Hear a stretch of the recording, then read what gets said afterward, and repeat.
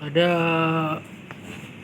sekarang ni ada tiupan angin kencang ya di kawasan Setia Alam.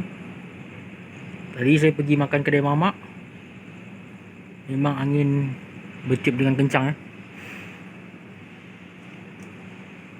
Kemungkinan malam ni hujan lebat mungkin. So biasanya kalau angin kencang ada, dia akan diikuti dengan awan mendung yang tebal. So kemungkinan hujan tu ada.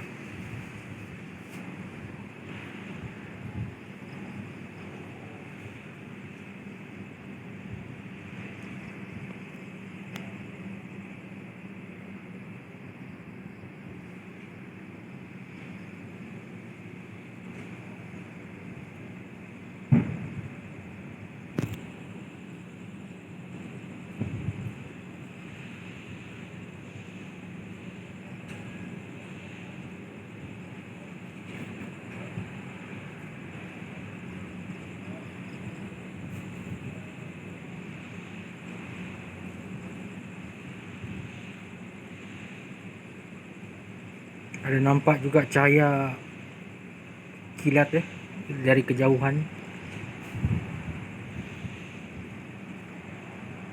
Mungkin agak dalam pukul 9.30 mungkin. Pukul 10 mungkin sudah hujan. Mungkin lah.